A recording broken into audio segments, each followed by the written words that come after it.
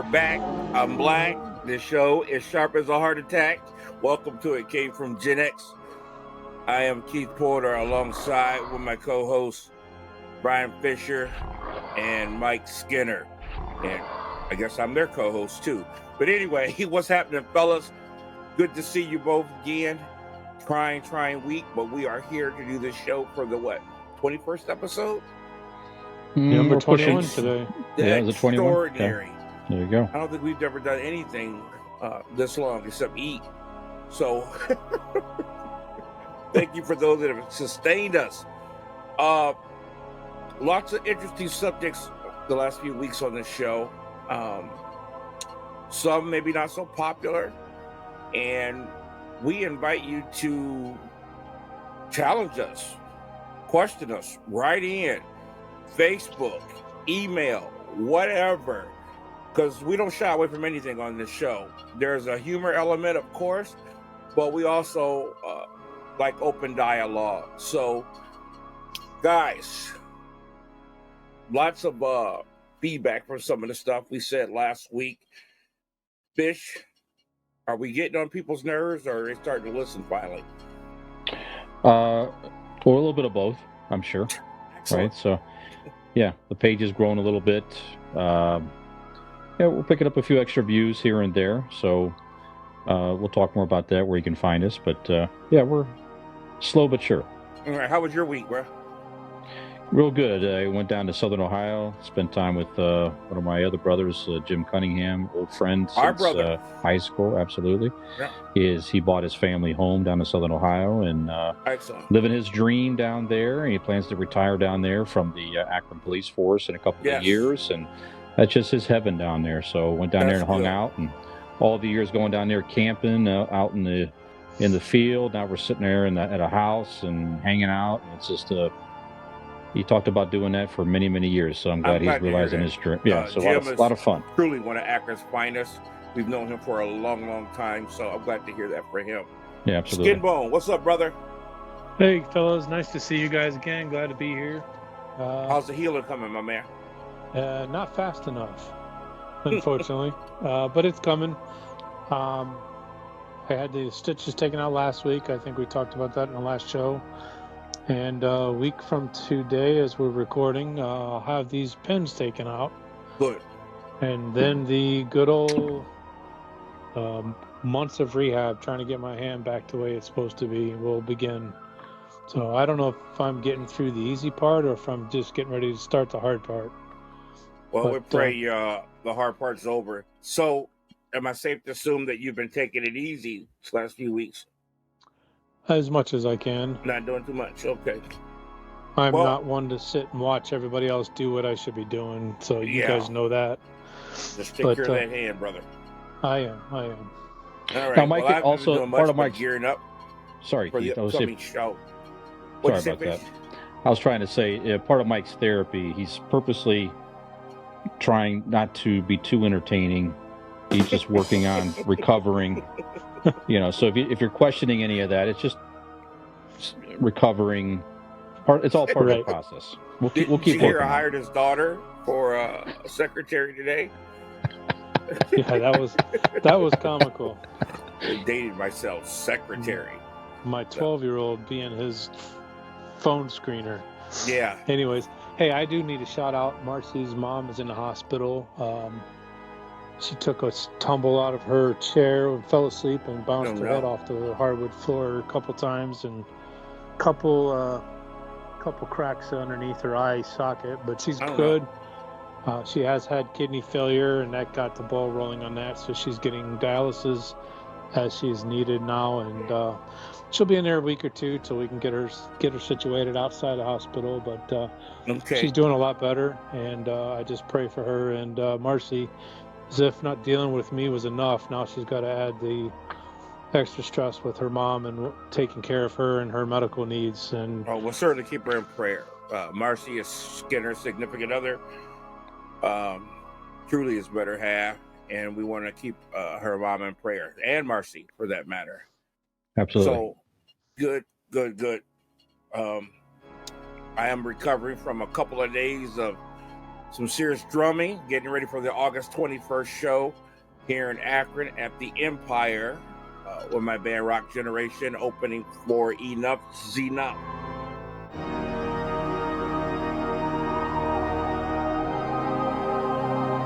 So getting to hold of me for tickets, or the Empire, or anybody in the band. Excited about that. Guys, let's get this show rolling. Fish, where can they find this?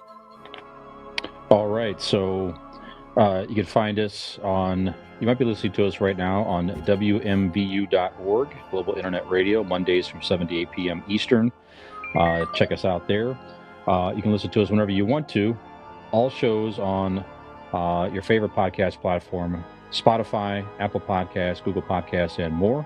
If you like our stuff, give us a like and a subscribe. If you're on Apple, give us a rating and review. Helps others find the show. All show information on our Facebook page at It Came From GenX. Find us there. We put links to our episodes and videos up there, and with some other fun stuff too.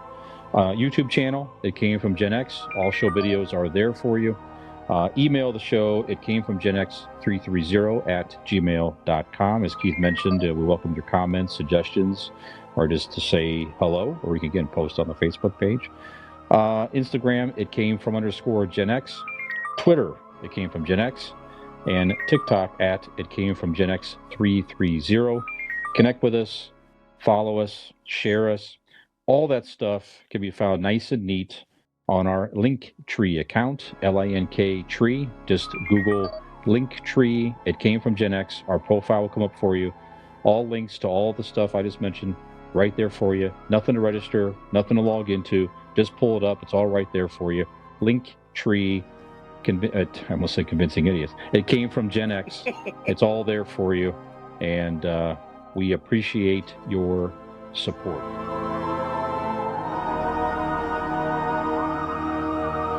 Excellent. Now, Hey, we covered 3 subjects here. Well, actually 4. Music, sports, world news, and pop culture. Now, you got another podcast, pretty much strictly pop culture. Tell them about it.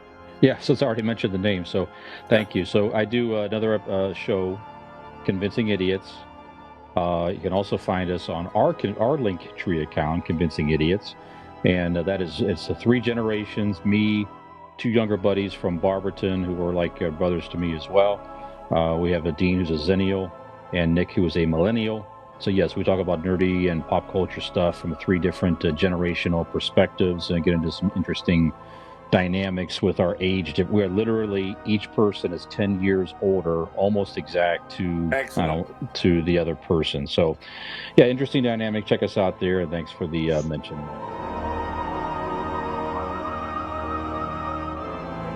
Appreciate that. Of course, the name of that show could easily be the name of this show. So True. hey, before we go to our beginning of the show, I wanted to shout out Christopher Dominic, Internet Free Radio Extraordinaire, to there at WMBU. And also shout out to my pride and joy, my firstborn, my son, Michael Skinner Jr. He is trekked across country from Seattle, Washington to Washington, D.C. with his brand new bride. Never missed a beat. And he has done the editing for our show, for the audio and podcasting, and hasn't missed a beat. So we can't thank you enough, Mike, for all you've done for us. And I'm sure he's tired of seeing me with no shirt on FaceTime, trying to fix my issues. God bless him. Well, he did have a delay in editing this week here. He did use the flimsy excuse that he was moving across country. I know, right? I don't like it, but it's hard to find free help these days. Dude, no, come on, man. Yeah. No, he does a great job. I'm just kidding. Good Gotta stuff. love Junior. All right. Hey, guys, how about I go first today?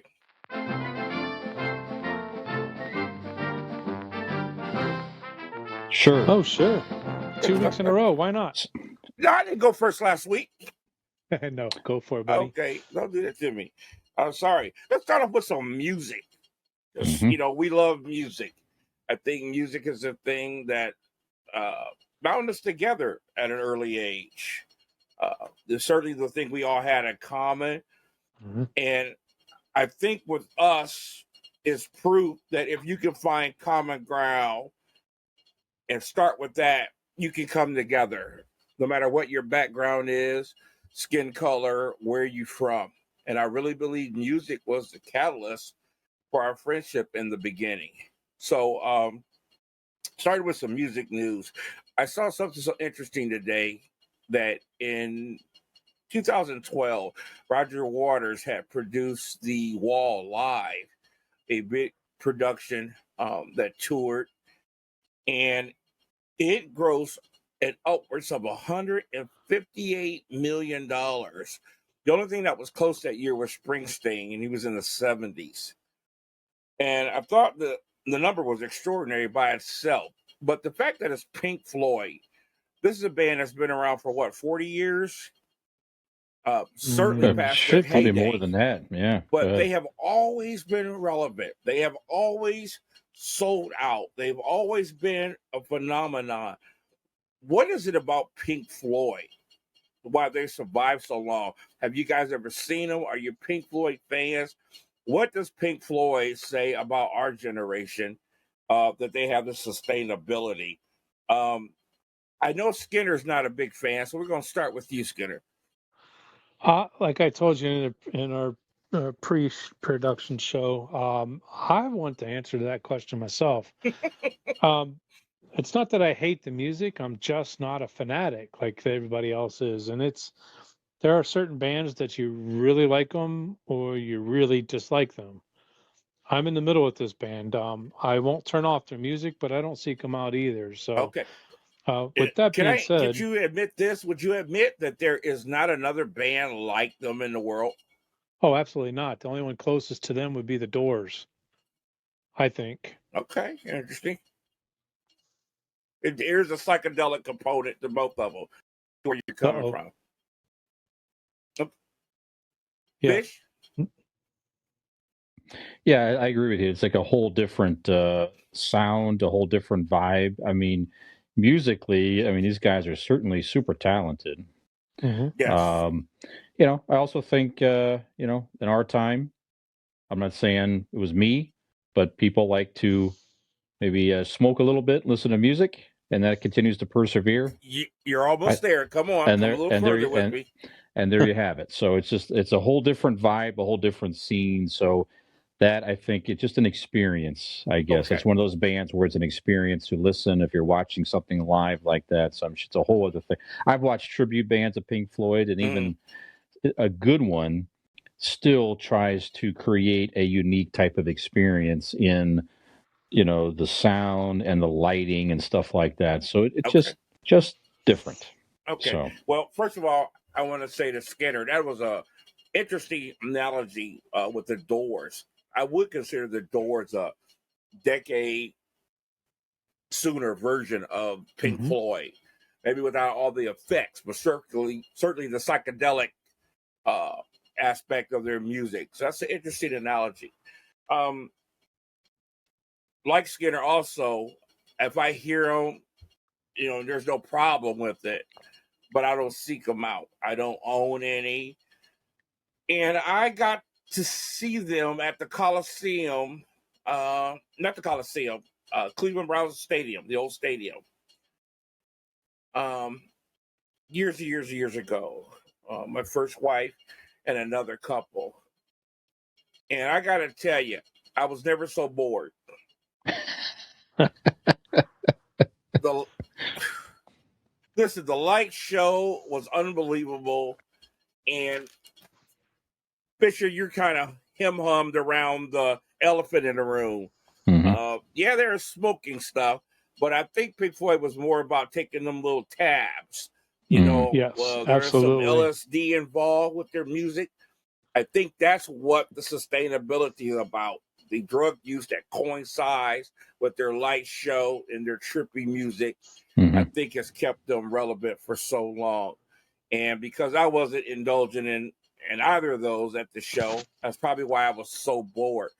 I loved the light show after the first 20 minutes, then I was bored. And the music, as a musician myself, I like to go on a journey. at a concert. It's got the ebb and flow, then it's got the climax and bring it home. Their music stayed like this the whole time. Mm-hmm. Flatlined. If it was an EKG, you're dead. Right. So I don't know. It's not for everybody, but man, $158 million in 2012. That's pretty impressive. So somebody likes them. Music, birthdays. This is going to spark some conversation here. In 1950, a drummer by the name of Eric Carr was born. Just so happens there have been an interesting documentary on the band KISS. Is it A&E? I can't remember which station. The last A&E. couple of nights. It's been a two-parter. A&E, you're right. Mm-hmm. And man, I learned some things that I didn't know. Eric Carr came along. He was the right guy at the right time. Unfortunately, cancer took his life in 1991, November 24th, 3 days after my birthday. And it was very, very sad. And when this guy was on his deathbed, he loved this band so much. All he wanted to do was go out with one last ride with KISS. He couldn't record the album. They brought in Eric Singer to do it. Not the album, but a song. The remake God Gave Rock and Roll to You was for Bill and Ted's Bogus Adventure. Yep. And he called from his deathbed and begged Gene and Paul to let him do the video, even though he didn't record the song. And they did. And you watch the video, the guy's drumming his butt off, and they said he was like deathly ill. And that's how he died, just still crazy about this band. But he was a fantastic drummer. Peter Criss was known for his jungle rhythms, a lot of swing beats, which made KISS who they were. But as the 80s rolled around and this new thing popped up called heavy metal, they certainly needed a much more power drummer. Eric Carr came in after all the drug abuse problems with Peter Criss and was the right guy for the job. Thoughts on Eric Carr? Fish? Yeah, he really kept that band together. I mean, he gave them a whole new sense of energy, a feel of energy, not sense of energy, a whole feeling of energy. Yeah, Peter Criss he just wasn't able to perform at a high level anymore. Just too far into the drugs and everything else. So, I mean, without Eric Carr coming in, and you could argue with some of the other band members that came in when Ace left, this kept that band going for all those years. So, yeah, really great story. It was like an oven repairman or something like that. Yeah. It gets that gig, and it's like, wow, he was you're right, so appreciative to have that. And everybody has nothing but nice things to say about him and fans and everything else. So yeah, definitely a huge loss for the rock community and for KISS when he passed away, but seemed like a class act and very, very talented. It really was musician for sure. I watched that documentary and I was shocked to hear Paul and Gene talk about their embarrassment for maybe Animalize and Crazy Nights. I'm a weird kind of guy. I thought they were the best band ever when they took the makeup off. I thought Animalize, Crazy Nights, what's the other one? Can't think of the other one. They did Hot in the Shade. Hot in the Shade. Yeah. But it's which ones I'm talking about. I thought those were some of the best albums ever. Oh, Lick It Up they did without the makeup first. Yeah. They accused KISS of not being leaders when they took the makeup off, but more followers because of your Bon Jovis and your Motley Crues that came out. And personally, I think they did it better than all of them without the makeup. I thought Paul was like the best front man ever, and that's saying a lot because David Lee Roth was pretty awesome. I didn't care for some of the silk stuff they wore during the Animalize album, but I thought that band was a great band without the theatrical stuff. Theatrical stuff stands by itself, but without, I thought they were great. Skinner? Well, there's two eras. There obviously was Peter Criss era, and then there was Eric Carr era. And of the two, I think I liked Eric Carr the best. That era of music. Yeah, they said they sold out because they took off the makeup and they followed all those other bands. But just like you said, I think they were a better band doing what they did. Okay, let me clarify that. They didn't get accused of selling out because they took off the makeup. They took off the makeup because they had to survive. The theatrical show wasn't selling anymore. You're right. So that's why they stripped it off. But a couple years later, the hair metal thing arose, and then they started competing with those bands, wearing the silk, colorful stuff. And Gene was saying, "Hey, man, I'm over 6 feet tall, 200 pounds. I couldn't find myself, you know, with the makeup and all that stuff." And he did look goofy on some of that stuff. But I just thought, as far as just a regular band clothes, I thought they were one of the best. No, I agree. And I remember all the stories back then that they were being accused of selling out when they took the makeup off. That was a big thing when they took the makeup off for the first time. I remember when they did the disco stuff, and then the Elder. And see, I love the Elder. You know, they're like, well, they sold out. They did something different. I don't know why people have to compare everything. Just accept it for what it is. I think the Elder is a brilliant album. You know, we listened to that. So Jim is one of the hugest Kiss fans that there is. He and I met because of our mutual interest of Kiss. See what I'm saying?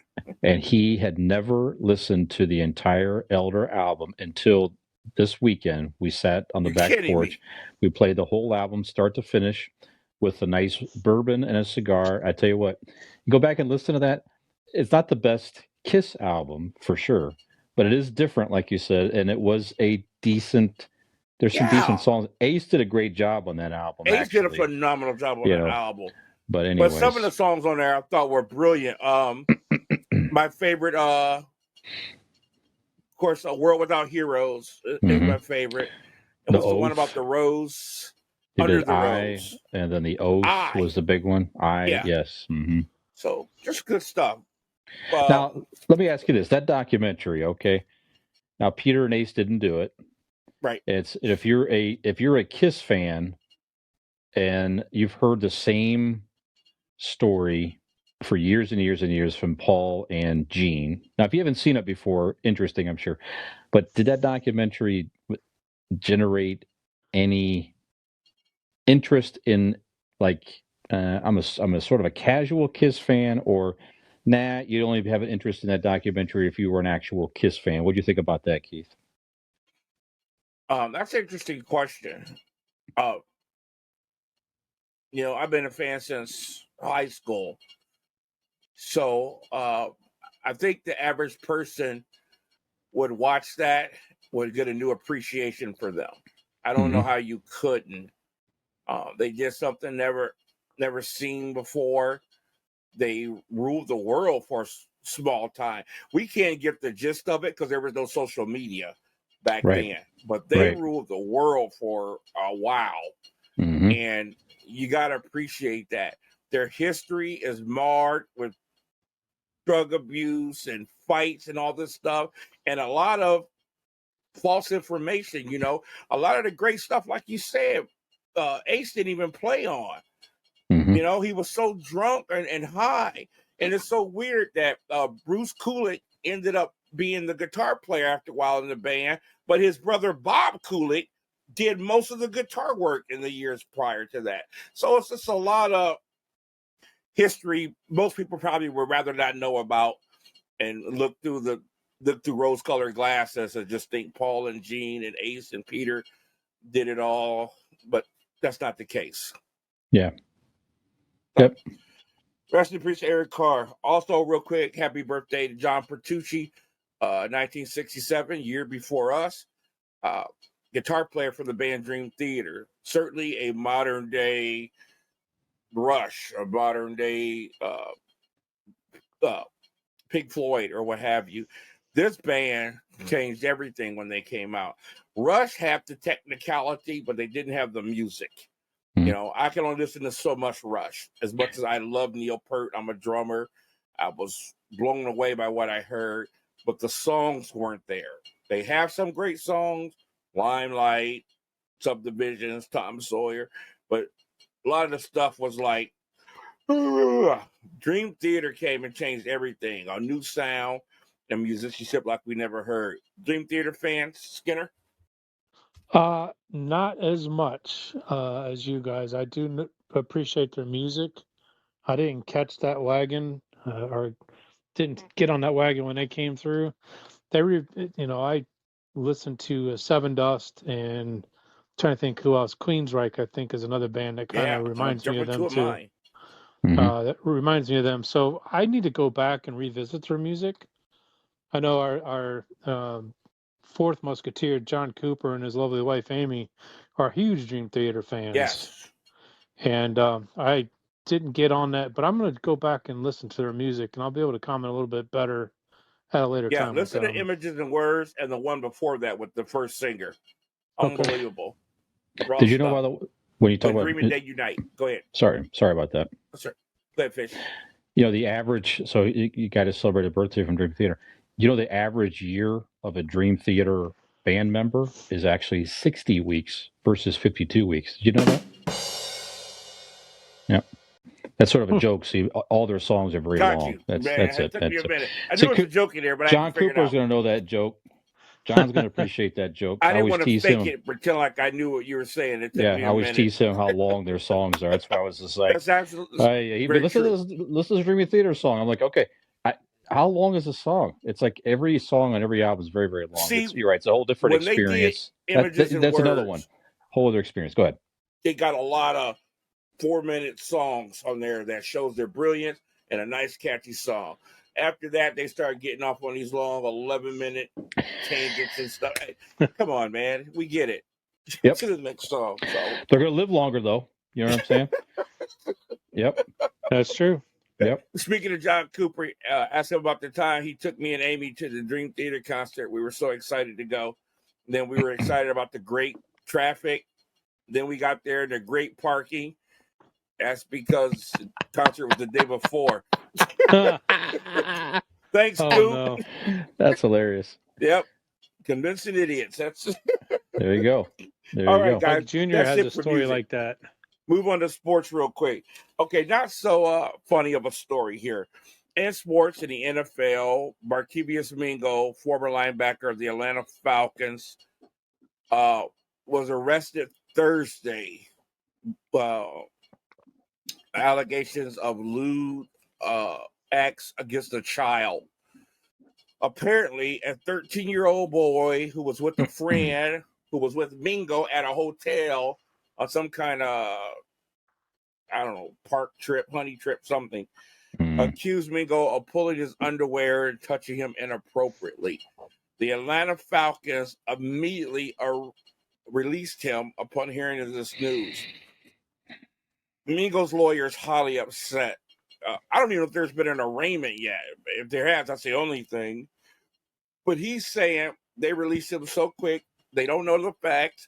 He swears his client will be vindicated when the facts come out. Is this a part of what we call cancel culture, them firing him so fast? Or is it because the stigma of these type of charges, they're just distancing themselves? Or a little bit of both? Bish? I think it's more the latter. I mean, I don't think it's cancel culture. I think it's just the organization. These are franchises looking to make money, right? And if you have any, I'm sure the Falcons saw that and didn't want to have any association with anybody who was accused of such a heinous crime, for sure. Now, of course, the other side of that, you don't let due process, let the man give his side of the story. And certainly if he's convicted or any type, absolutely 1,000%, get him far, far away from the league in general. But let me ask you a question. I think it all comes down to dollars and cents to me, frankly. Okay. You said dollars and cents, and I'm going to talk about cents, S-E-N-S-E. You said due process. Obviously that hasn't taken place yet. You're right. What if he's found completely innocent and these charges false? Does he have a lawsuit? Did it make sense to fire him? Why not suspend him indefinitely, pending trial or something like that, but to just take his livelihood away? I think they set themselves up for possible trouble. Sure. Absolutely. This will be very interesting to see how this unfolds because you have there's other guys in that same, Deshaun Watson and others. It's like something that's obviously a lot less. If I'm not mistaken, I shouldn't say it's less. Has Deshaun Watson been released? No, I'm just saying that, but there was a lot of rumors around just being accused of stuff. Now he obviously didn't lose his job, but this will be interesting. A man did lose his job. He did latch on somewhere else, right? But it'll be interesting to see what comes out of that. Definitely an interesting one to follow for sure. Okay. Now, back in the day when we were growing up, speaking of Gen Xers, there was all sorts of allegations against guys, and sometimes they never even got fired, even though they were guilty. Sure. We used to talk about the how athletes and celebrities got pats on the back or slaps on the wrist, if you will, for doing some of these horrible crimes. And we've gone from slaps on the wrist to completely just fire people as soon as we hear something, got to have a middle ground. Skinner? It's a tough call. I wanted to interject, but I didn't want to overtalk you guys. It depends on what's in his contract as to what happened is for them letting him go. If there's any verbiage in there for any type of allegations like that it allows the company, in this case Atlanta Falcons, to let go without any say so. So I'd be curious to see what that is concerned with. But it's definitely the allegations is why he was let go. Anything to do with wife or female child, anything that's as as heinous as Fisher said, and lewd and lascivious. Yeah, when it comes to that, there's no second guessing. You're better off to cut ties and ask for forgiveness later if he does in fact become found not guilty or charges don't ever get stemmed. But okay, so you make a good point. So let's back up a little bit. Why are you at a hotel with 2 kids? Yeah, that's a great question. You're just why asking these guys for trouble. Set themselves up for something like this? Yeah, you never know. You don't know the circumstances, I guess. Maybe he wasn't in a, who knows? But certainly, yes, if he put himself in a weird spot with kids, that's one thing. I don't know the circumstances, but I know 3 famous, rich children. Yep. Oh, make it 4. A hotel. Don't do it. Yep. Okay. Yep. Okay, guys. He's 30 years old. He had a $25,000 bond. We'll keep an eye on this story and maybe revisit it down the road. But that's all I have for music and sports, guys. So how about we hit some pop culture today, Fish? Okay. All right. Sorry, I'm just checking the time. Okay. Well, again, we always seem to start out as, like I keep saying every week, there's a couple passings, stuff that we liked growing up or people that we're aware of. I mean, like I said, it's just the age we're getting. This just came through yesterday. Charlie Robinson passed away at age 75. Actor, best known for playing Mac on Night Court. So Mac, you might remember, was the African-American court worker. He always had the sweaters with the shirt and tie look and all that stuff, but just a very good character on the show. He bounced off. He definitely played well with Harry. I really liked him on that show, but he had a lot of other accolades as well in his time, but certainly that was his biggest role that he will be remembered for as far as entertainment, in my opinion. So Night Court, guys, now they're rebooting it. It's going to be a whole different thing. Now, obviously he was not involved, but so they're still interested in that show. But the original Night Court of the 80s was definitely a show that I watched every single week, enjoyed it. I liked all the the dynamic of the different characters. It was just interesting to me. So what do you guys think of Mac? What do you guys think of Night Court in general? Skinner? Night Court, great show. I've been home from work, working from home for the last year and a half. And Night Court has been on one of the local antenna channels. So I got to watch all 6 or 7 seasons. And I forgot how much I enjoyed the show. Yeah. Mac on the show, he was kind of the glue to everything. He was the nice, fun-loving guy that never got in trouble. married the Asian gal, and they had a big old thing about That's right. race with that. So that was a big thing good back, point. because that was back Forgot in the about that. 80s. Yeah, forgot about that. And he also played on a show that the kids watched. I think it was on Nickelodeon or Disney, one of those where he played a grandfather for a couple superheroes. So I got to see him That's play right. different roles. I really enjoyed him, and I really enjoyed his role in Night Court. Very good. Keith? Mac was just one of those characters you just liked. Wasn't the main guy, but he was just a fun character. He was enjoyable. I liked his voice. I liked the humor that he injected. As an actor, he didn't have a whole lot of prominent roles other than Night Court. You know, he was one of those also ran type of Hollywood people. You know, he gets a little part here, a little part there. His heyday was certainly Night Court. I enjoyed the show. Harry, that character, I always thought was kind of fun and slick. He played a character I loved on Cheers called Harry the Hat. That's right. A con man. Yeah. And I always thought he was cool. Only thing I didn't like about the show was Bull. I thought he was really ignorant and stupid. I didn't like him at all. I was very sad when Selma passed away. Yeah. But other than that, yeah, Night Court was a cool show. Of course, the theme song is notorious, maybe more famous than the show. I got turned on a Night Court third grade, and a junior high school band came and performed for us in the gym, and they played that. And I saw the drum section go, da-na-na, da-na-na, da-na. And I said, oh man, I want to play that. So, yeah, good show. There you go. Rest in peace. I'm not as familiar with his work, but Robert Downey Sr. passed away recently as well, age 85. So that is Robert Downey Jr.'s father, of course.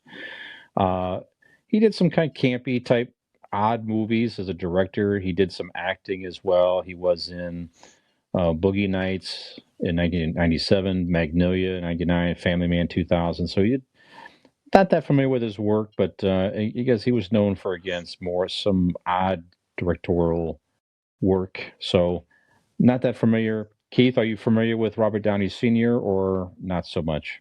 I am not. I've seen him around, and I had no idea that's who he was.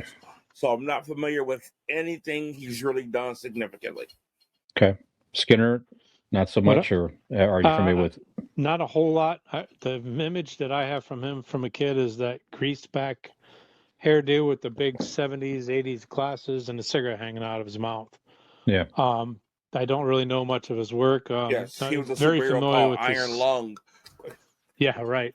Very familiar with his son's work, of course, but not so much with Senior. Okay. Well, rest in peace, Robert Downey Sr. Big movie launched last week, Black Widow. Finally, after a lot of delays due to the pandemic, it was released in theaters and also on Disney Plus. You have to pay an extra rental fee for $30 to watch it. That was actually a documentary about my mom's divorce, but never mind. Was Black Widow? Yeah. Okay, very good, excellent. You check out, look for that as well. This is a different one. This is a superhero Black Widow. Okay. Yeah, Scarlett Johansson. Yeah, we're not talking about Mama Butler. Okay. Yeah. No, but it had a huge opening. So it sets a pandemic record of 80 million in theaters and 60 million streaming, which I thought was really incredible to rake in that much money on the streaming, especially. So obviously, there's still a lot of people out there who don't feel safe yet to go to the theater, and some, I'm sure, just enjoy the convenience of watching a movie at home. Probably for a lot of people as well, it saves them money because if you have a large family, you could watch it for a heck of a lot cheaper at home to spend $30 versus buying tickets and snacks and everything else. So it definitely reinforces this strategy of releasing at home and the theater. So for sure, I'm sure we're going to see a lot of Disney Plus movies continuing to do, not the big ones. I'm sure they've already talked about Shang-Chi. That's going to be movie. Spider-Man is going to be the theater only. Eternals, I don't know that they've seen the official, but either way, this definitely is, I'm sure, is an eye opener for all these companies to step back and say, if you have a huge movie like this, you can do well. But of course, superhero movie is a whole different level. Right. But I just thought it was interesting. So, are you guys planning to watch it? And if so, are you planning to go to the theater, or are you going to spend $30 to watch it at home? And we're not talking about any of the other sites where maybe you can watch it for different and stuff like that. So, Skinner, are you going to go to the theater and see this? Or are you going to watch it at home, or you're not really interested in this movie in general? I'm definitely interested in the movie. Anything Marvel puts out, I'm interested in. I wanted to talk a little bit about the 60 million at home. Yeah, although everybody I talk to, their theater experience outweighs watching a movie on their TV and on their couch. So I'm really surprised that it was an 80-60 as far as the money's concerned. 140, that doesn't surprise me for opening weekend. And especially being the first big movie out since pandemic, starting to I don't want to say go away, because I don't think it ever will, but me personally, I would rather see a movie at the theater versus at home.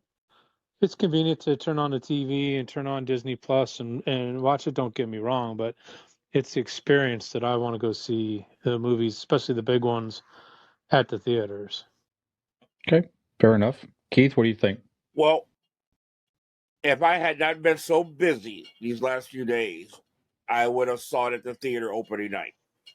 And I just want to say this, and I'm looking at all the superhero movie haters, Martin Scorsese and all these other morons. And I mean this, not only are people glad that movies are back, but they are glad that Marvel movies are back. Absolutely. And for those of you that hate on the superhero thing, you don't get it. My sister and I often talk about the camaraderie that happens when Captain America picked up Thor's hammer and everybody's cheering.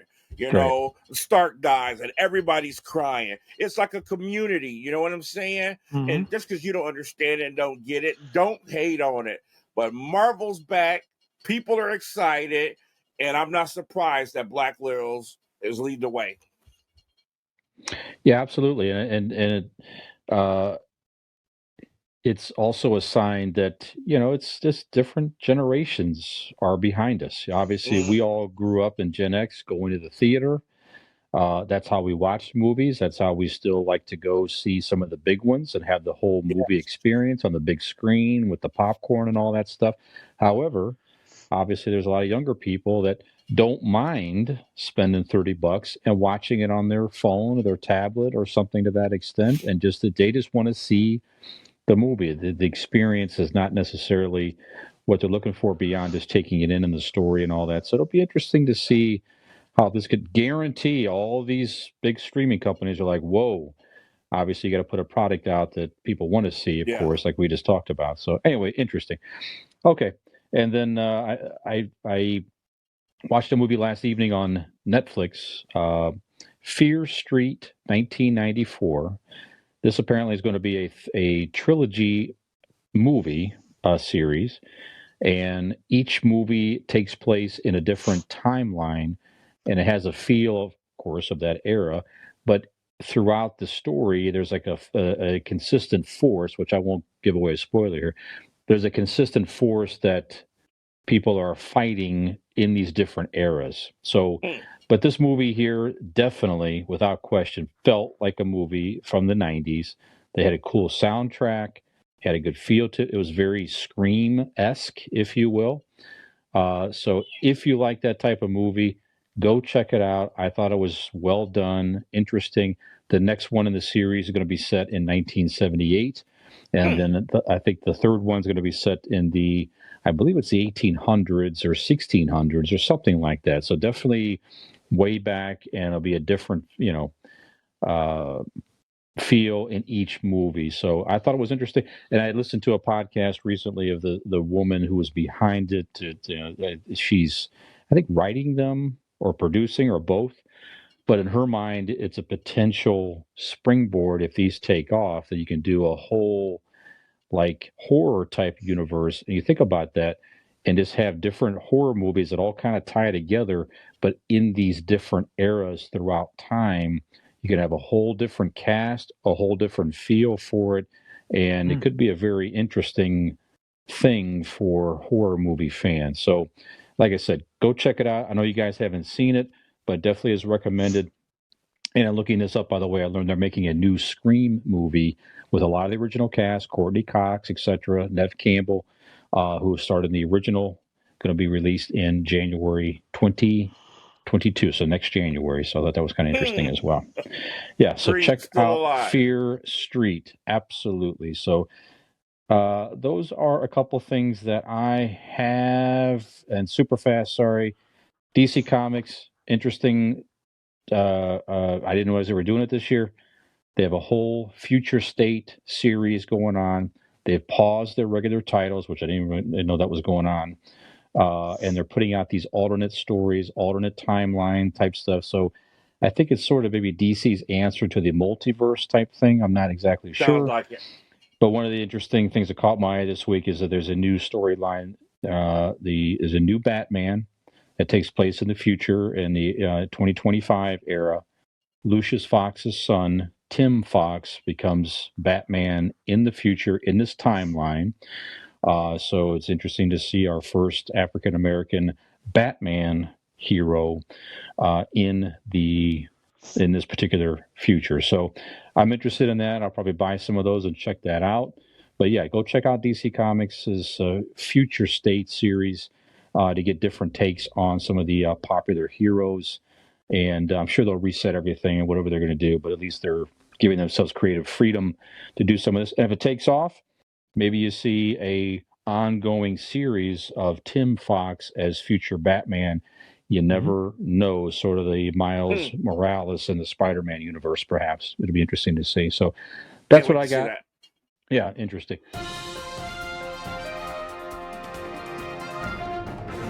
Skinner, what's going on in the world of world news, sir?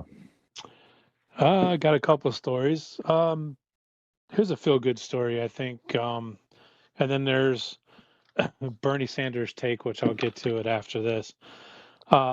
Billionaire Richard Branson, the Virgin Galactic CEO and founder, himself, 2 pilots and 3 mission specialists reached the edge of space, 50 miles above Earth, in a Virgin Galactic rocket ship yesterday, July 11th, 2021.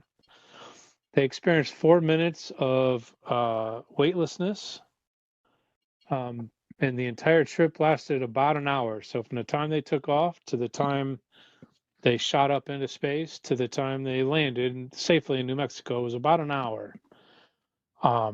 It's historic. It's mind-boggling.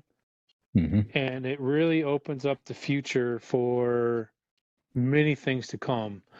Now, Bernie Sanders, being the wonderful individual that he is, his take on all this was, you have all these people here trying to go to college, trying to feed their families, and you got billionaires going to space.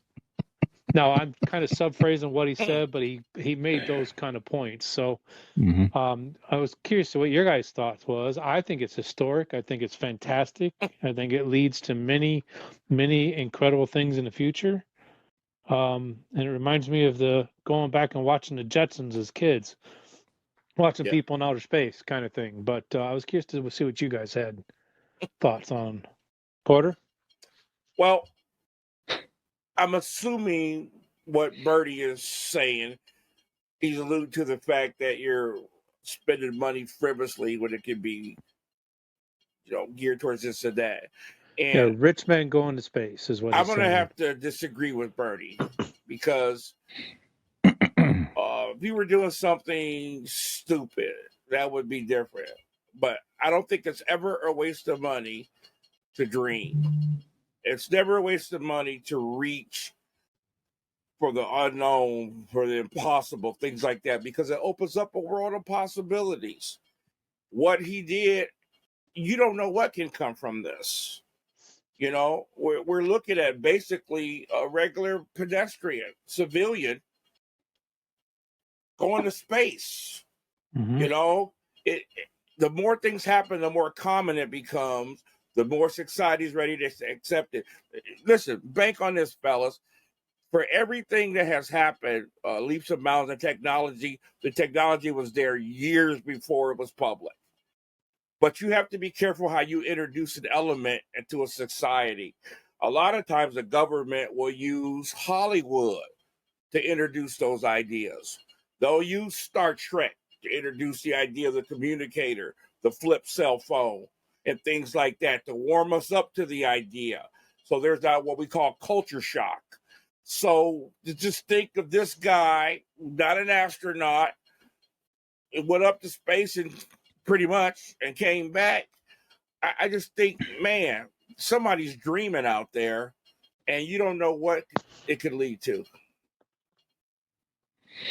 Yeah, I mean, I see both sides to it, certainly. I understand. I think I understand Bernie's point, and it's like, not that this guy spent money personally necessarily. I think he's probably trying to illustrate the differences in the haves and have-nots of the world, to where someone has so much money, and Jeff Bezos for Amazon's going up in a few days as well. And it's like that these guys have so much money that they can do this type of thing. Now, maybe it results in some good. Elon Musk, as we know, is another one that built SpaceX ship. Now he actually went to the space station and stuff like that. So it'll be interesting. It'll be interesting to see. Now, if these guys wind up just using this technology to simply allow rich people to spend money and get up in a craft and go up into space to experience it. I mean, good for them. Don't get me wrong. But if that's all it winds up being, then that sort of illustrates maybe Bernie Sanders' point in that respect. So it'll be interesting to see if like you say, if good becomes of it, and we could do something, because certainly the governments aren't necessarily putting up a lot of spacecrafts and things like that these days. They don't have the budget and everything else. So I guess for me, it's a little bit of let's wait and see. Now that guy there seems like he's more interested to do more good for the world than Jeff Bezos. I'm not as convinced quite yet for him, but I guess we'll find out. So we'll see. Hopefully, it's not just rich people buying tickets to go up into space, and that's all it is. Right. I took the story from USA Today online. So there's a small video from start to finish, from takeoff to landing, and just to seeing the look on Richard Branson's face and the smile from ear to ear, sure, and the excitement in his voice. It was really, really cool to see. No, I don't care that he's a billionaire. If he was just a Joe Schmo off the streets, it's exciting for something this big to happen to somebody. And even though it's not me, kudos to Mr. Branson for being able to experience it. I get to experience it watching him on video doing it. I'm okay with that. So with that being said, and this weird story, I'm not sure how to take this or where this even came from, but a man in Michigan, I don't have his name, he's remodeling his back porch to his property. He was pulling up some steps and pulling up the deck, and about 1.5 feet down, he spotted a bowling ball. About 6 hours later, he was finished and ended up coming up with resurfacing 160 bowling balls. Now, my first thought was, okay, what's the story behind this? Why is there 160 bowling balls buried in this house's backyard? Is this an owner of a bowling alley? Because, bowling today is not as big as it was 30 years ago. Right. I came from a bowling family, and barring an injury in the military, I probably would have went professional. But I was... When I first saw that, I'm thinking 160. I could see 1 or 2, maybe 3. Somebody didn't want to throw them in the trash. But 160, what he did is he contacted Ebonite, the company Ebonite, who does most of the bowling production and bowling balls. There's serial numbers on every bowling ball. It says when, to be able to track when these were all done. Majority of these 160 bowling balls were produced back in the 1950s. So these things are 60 years old, sitting in this guy's backyard. So he's doing a lot of good things with it. He's giving it to some family members. They're going to make some tables, use them as table stands. He's donating 8 of them to another guy that's a big into bowling for some kind of art to put in the bowling alley that he owns. He said he's going to use it for some decoration around the back of the house. So I thought it was interesting, quirky at the same time. But I thought it was kind of a neat story to kind of break the monotony of, good, bad, and ugly that's out there today. For that, go ahead. I was going to say, for that purpose alone, I'll give you points. And for the fact that you are a bowler, because you said, I thought it was interesting. I don't know where this is interesting at all. It makes absolutely no sense. No, it doesn't. No significance. Even if the guy tried to give me a couple of them, I wouldn't want them. Why do I care about some old bowling balls? This is the most bizarre, stupid thing I've ever heard. Who would put that many bowling balls under some dirt? For what purpose? Are they murder weapons? If it was 1 or 2, like you said. So this is like the most bizarre, stupid thing I've ever heard. Well, maybe the guy back then, he asked his friends, he needed some spare landfill. Thank you. Thank you. Thank you. Wow, spare landfill. Boy, Fish threw a strike with that one. Edit that out, Mikey. Terrible. Gosh. But I'd be curious to see what the backstory on this, if there ever is one, how he finds out that those things are buried, for what reason.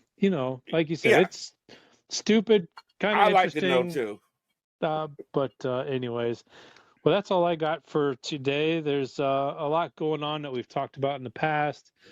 The horrible tragedy down in Miami at Surf City.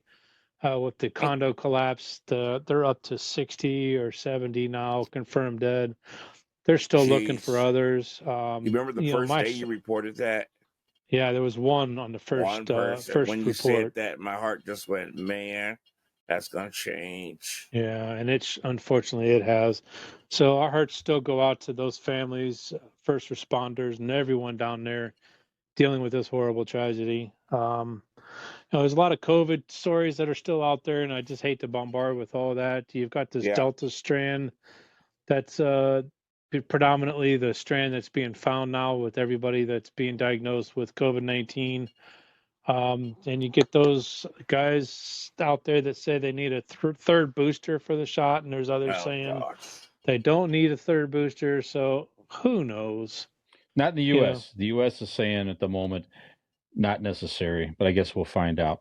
Yeah, it's soon to find out. So, like I said, I'm trying to stay away from those stories as much as I can. So, the goofy bowling ball story I thought was a good one for tonight. Appreciate it. Yep, keeping us informed. That's right. Yep. Some of these stories are good, Keith. Not the bowling balls. Others you might find in the gutter. You know what I'm saying? There you go. I don't know. Good one, Fish. I don't know. All right, so if you're listening to us on WMVU, then this may be the end of the show. If you're listening to us on podcast or video, Keith has some interesting topics around GenX in general that we're going to pause and get into next. So if you're listening to us on the radio, what's that? Came from GenX. That's right. So Skinner, do you want to wrap us up here? If we're listening on the internet radio, and again, if you're only listening to us on internet radio, WMVU.org, we thank you for that. Also listen to extra content on our podcast platforms and on our YouTube channel. It Came From GenX, and you'll hear a little bit more than what we've talked about here. So why don't you roll on over to those podcast platforms? I don't know. I was trying. You're striking out big time. Thank you. For those of you who listen to us on WNView, I am Michael Skinner, best friends Brian Fisher and Keith Porter, we bid you farewell and hope to see you folks next week. Stay tuned. For the rest of you, we'll be right back. Okay. Get off my lawn.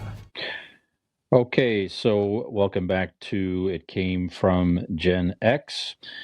So we thought a fun topic as we have them, it's a random Gen X type topic, our perspectives on things, what bothers us, stuff that's interesting to us, whatever beyond the normal topics we cover on the show.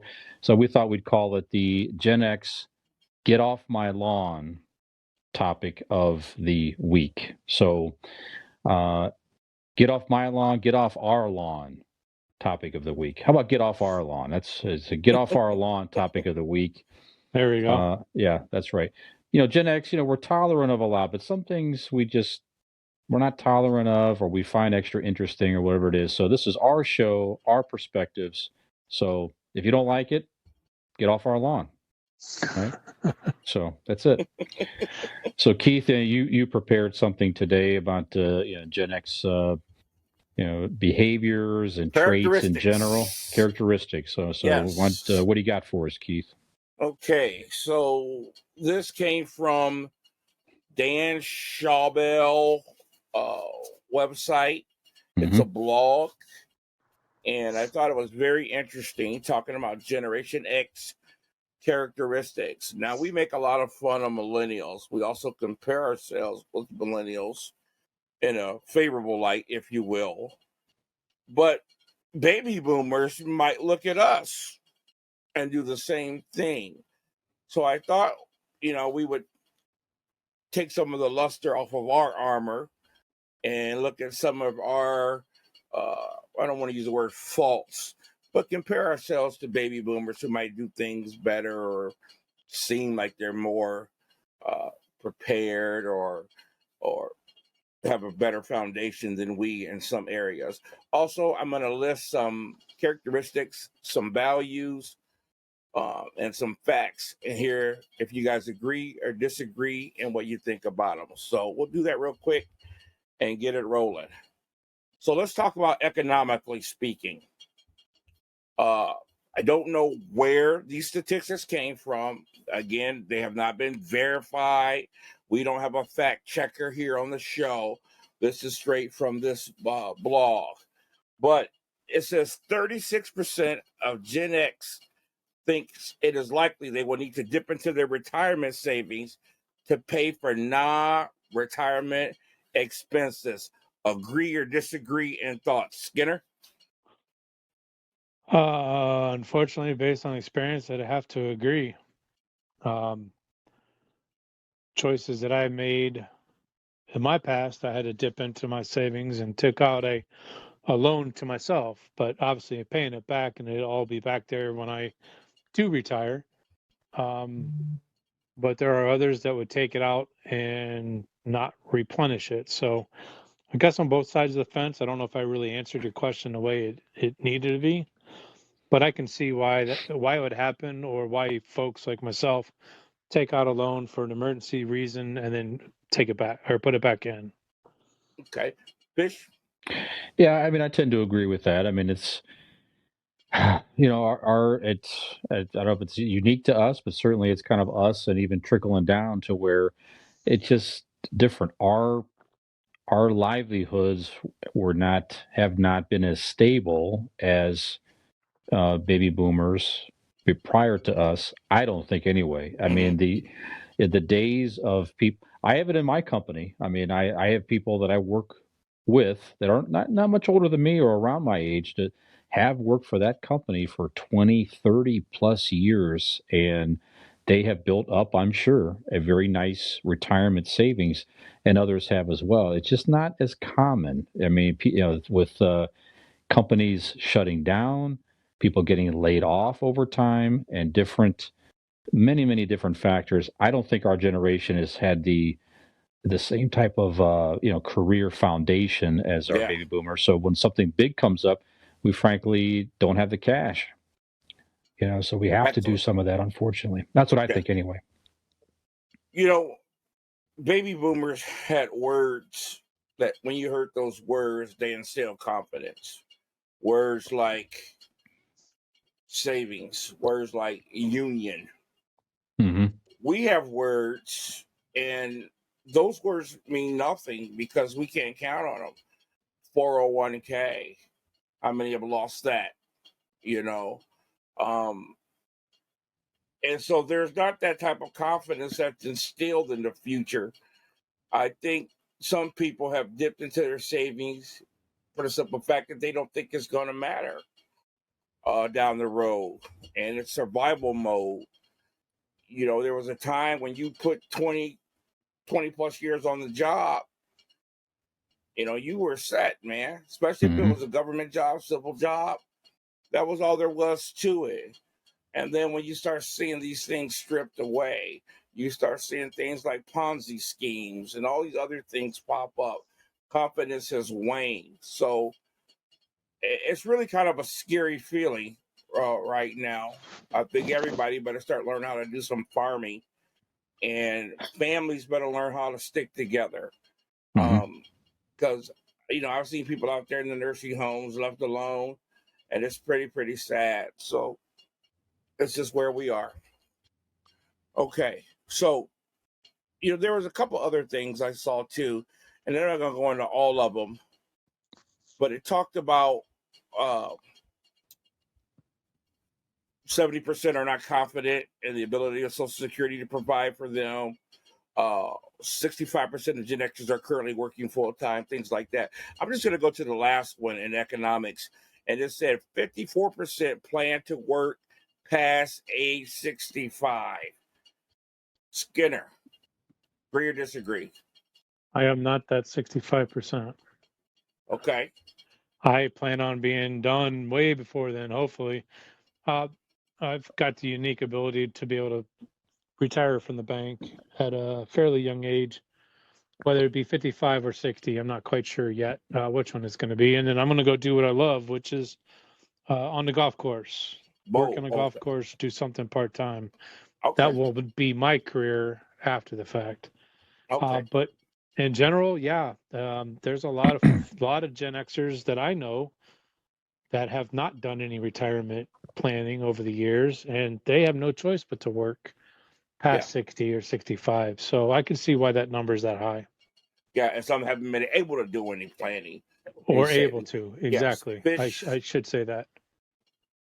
Yeah, actually, I'm one of those guys too. So it's, as far as the opposite of you, Skinner. So I don't know when I'll be able to retire. The thought of that is very frightening to me when you get into it. So, throughout my career, I've not had the luxury of being able to stay with the same company for many, many years. I worked for a bank also, Skinner, for many years, as you may or may not remember, but about 9 years. And then that particular bank got into subprime lending practices. It was a family-owned bank in Cleveland, and wound up losing the business, and many thousands of people were laid off. And that set off in my career a chain reaction of me going backwards, have to try to rebuild, being laid off again, backwards.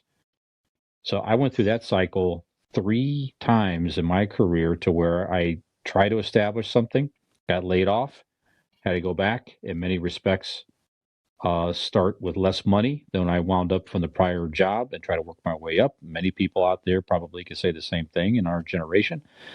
That's where I'm at. So unfortunately, I'm at a company now to where they do have a sound foundation, sound benefits, and I can try to build something.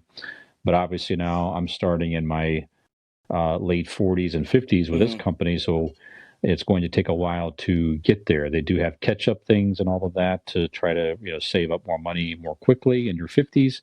So I bank on that, hopefully. But yeah, it's just a very frightening prospect. I don't see myself retiring at 60. I don't know when I'll be able to retire. Hopefully things will work out, but that's where I'm at. So Keith, where are you at? Well, I don't plan on it, but I'm going to just leave it like this. I just hope whatever I'm doing, I'm enjoy doing it, and I'm doing it because I want to. Right. So pray for that. So let's move over to values real quick, guys. By the way, I'm sorry. If you MFers out there would just give us a freaking like and a share, we keep asking nicely every damn week. Get off his lawn. Please. It'll help us out. Yeah, we could do this podcast and just ride off into the sunset. Gee, speaking of values, that's right. Okay. We'll ride off in the sunset. We're gonna bury a few bowling balls over at Skinner's property. That's what we do. There you go. But we need your help out there. Sorry, Keith. I just said it. I didn't. I don't have time. We don't have time for jibber jabber. Yes. As my T-shirt with Mr. T says right now. So give us a like. We got to get something going around here. Sorry, Keith. Go ahead. That's okay, brother. Yeah. Generation X values. Talk about values. According to the blog, it says Gen Xers are defining characteristics of their generation. It says that 8% of us are hardworking, 5% of us are lazy. Apparently, these are supposed to be good statistics as compared to millennials and Gen Zs. 8% are hardworking and 5% are lazy. Agree or disagree? Skinner? Did you say 8 and 5? Yeah. Those are crazy numbers. Those are crazy numbers. I know there's a big disparaging number between baby boomers and Gen Xers versus millennials and zennials. You can look at it in today's pandemic world that people, for many reasons and many different reasons, would rather sit at home, draw a paycheck from the government than to get out and try to find work to support their family. Again, there's many reasons as to why. Some are that they make a $12 an hour job and they're making more with that extra income that was coming in through unemployment. Now that that's gone, I'd like to see what those numbers are going to be like. But I know there's even on my own children that they seem entitled at times versus wanting to work for it. Okay. And that's a big thing for me. Okay. Well, I'm going to pivot to this next question and throw at you then, Fish. 74% of Gen Xers agree with this statement. Hard work is the key to getting ahead. Agree or disagree, and why? I do agree with a lot of that. Okay, so I know in my time, certainly you can outwork people that might have more sheer talent than you or whatever it is, but they're not as motivated as you. So I have done that myself in time to where I've been able to even, I've had to rebuild myself a few times, like I said, but I've been able to outwork some people around me just by my attitude and ethic and reliability and things like that. So you can do some of that. There's definitely others, relationships and things like that get you there, but you can outwork people with your skills. So I do tend to agree with that sentiment. Certainly, I think some of that is just what we grew up with as well. I don't know about you guys. I'm sure. Well, here's my thing. Go ahead, please. My problem is this: I believe in hard work for sure, but when this specifically says hard work is the key to getting ahead, I've always disagreed.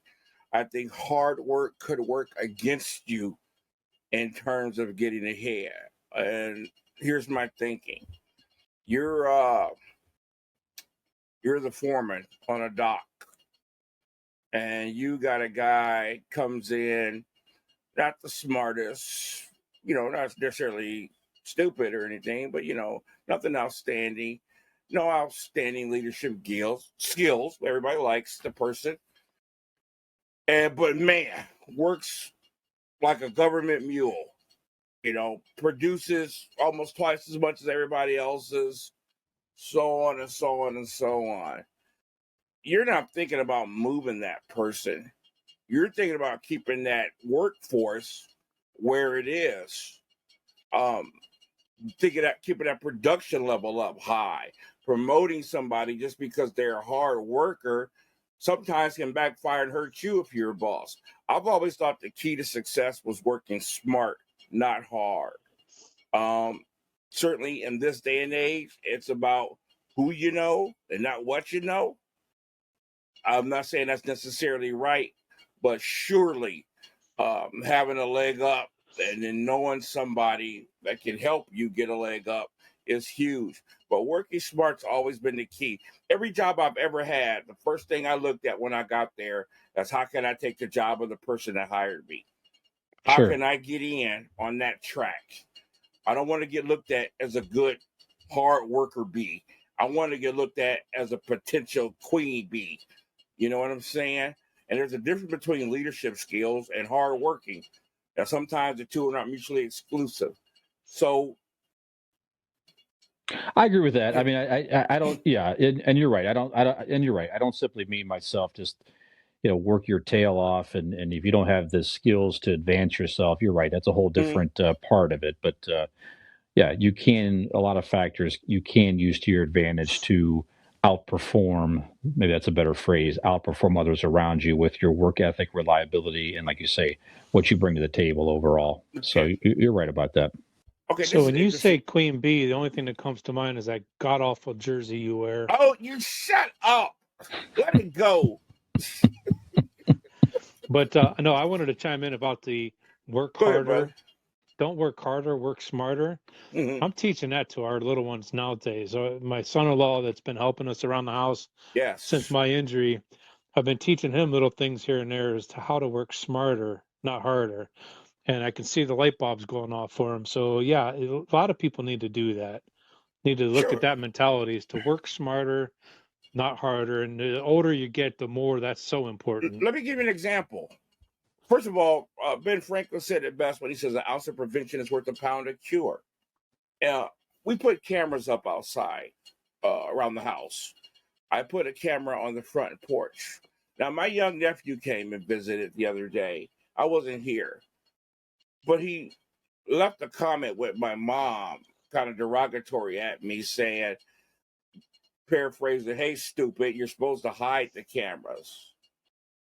Now, me having a minor in criminal justice, one thing we know for a fact, one of the biggest proponent in fighting crime is deterrent.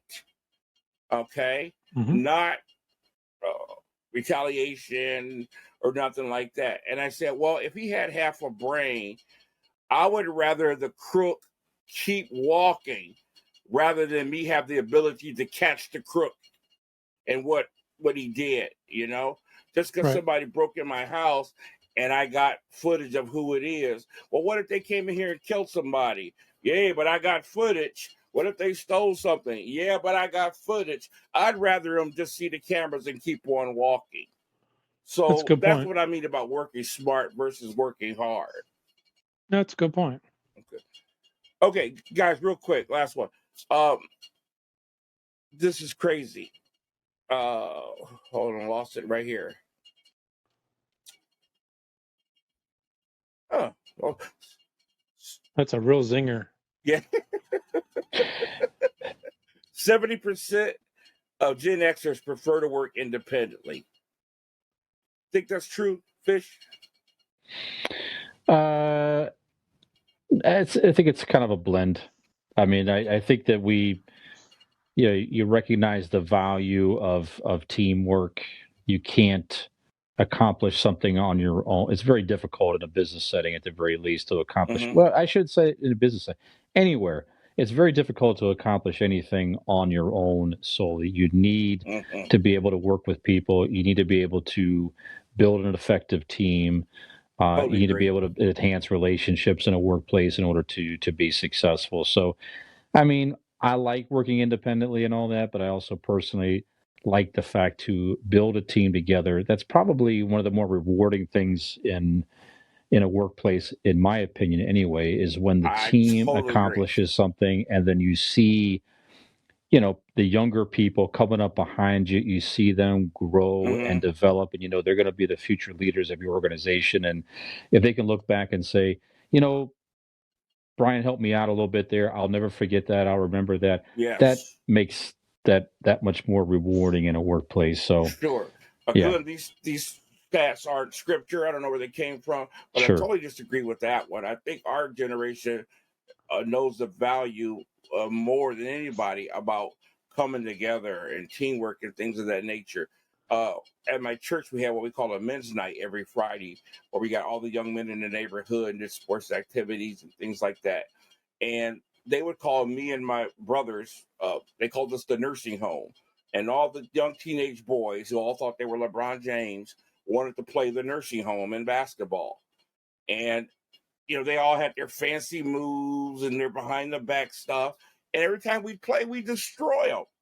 And, it took about 2 or 3 games. They start fighting, throwing the ball at each other, and their team would break up. And it's called because they didn't know how to work together. Everybody was doing their own thing. We were passing the ball, reading each other. The communication was great. Didn't have the moves, didn't have the speed, but we have this, and we worked together. And we kept telling them, if y'all learn how to work together, one guy's doing his dribbling, pass the ball. So I disagree with that statement. Skinner? Well, I would like to know the context of the statement. If it's working independently versus being micromanaged, I think that number would be a lot higher. Okay. I Sure. know even my own household, I'm left alone for my job on the first floor of my desk here at home.